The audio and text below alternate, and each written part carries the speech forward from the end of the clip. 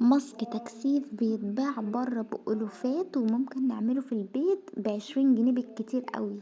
لو عندكم فراغات او الشعر ما بيطولش بسهولة او خفيف تقدروا تجربوا الماسك ده رهيب. اول حاجة هنروح عند العطار وهنجيب منه روزماري، نجيب بقى ب10 ب20 زي ما احنا عايزين، كده كده هناخد منه حبة. هنجيب زيت جوز هند طبعا يكون طبيعي، ممكن نعمله بسهولة جدا في البيت، هبقى اعمل لكم فيديو بالطريقة، طريقة بسيطة وسهلة جدا. جبت جوز الهند وحطيته في مية دافية لانه مجمد في الشتاء علشان بس يسيح شوية. حطيت حبة من جوز الهند عليهم حبة من زيت الزيتون، برضو يفضل زيت الزيتون يكون نوعه كويس. لو عايزيني ارشح لكم بجيبه منين قولولي في الكومنتات، لاني بجيبه من مكان بيبيعه بسعر بسيط خالص وفي نفس الوقت مضمون وحلو. بجيب بقى طاسة او حلة اي حاجة احط فيها مية واخليها تغلي شوية، يعني تكون سخنة وانا بحط فيها الكوباية، بسيبه لحد ما يغلي ويعمل رغاوي بالشكل ده. وطبعا بكون مهدية النار شوية، يعني مش هادية اوي، وسط كده. اهم حاجة ما يجيش جوه الخليط اي مية خالص. بصفيه كويس وبحطه في علبة نظيفة.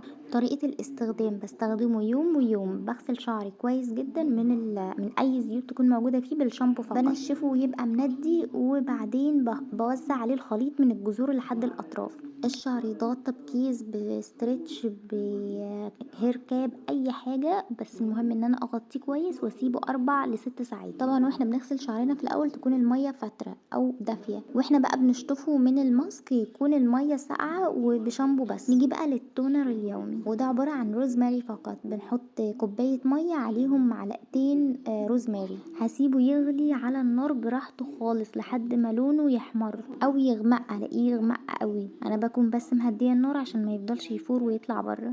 كده هو لسه اصفر، انا مستنياه يغمق اكتر. كده وصل معايا للون اللي انا محتاجاه، بسيبه يبرد تماما وبعدين بجيب اي بخاخة عندي وبفضي فيه الخليط. طبعا بصفيه بالشكل ده، ممكن طبعا اصفيه في اي حاجة وبعدين افضيه. كده برد خالص معايا، هفضيه في الازازة. ده يستخدم يوميا بالليل قبل ما ننام، كده نرش على الفروة وعلى الاماكن الفاضية عندنا او اللي محتاجين ان يبقى فيها انبات. لازم اعرف رأيكم في الكومنتات بعد ما تجربوه، هو للأسف طبعا بيبان بعد وقت شوية، فهستنى برضو رأيكم.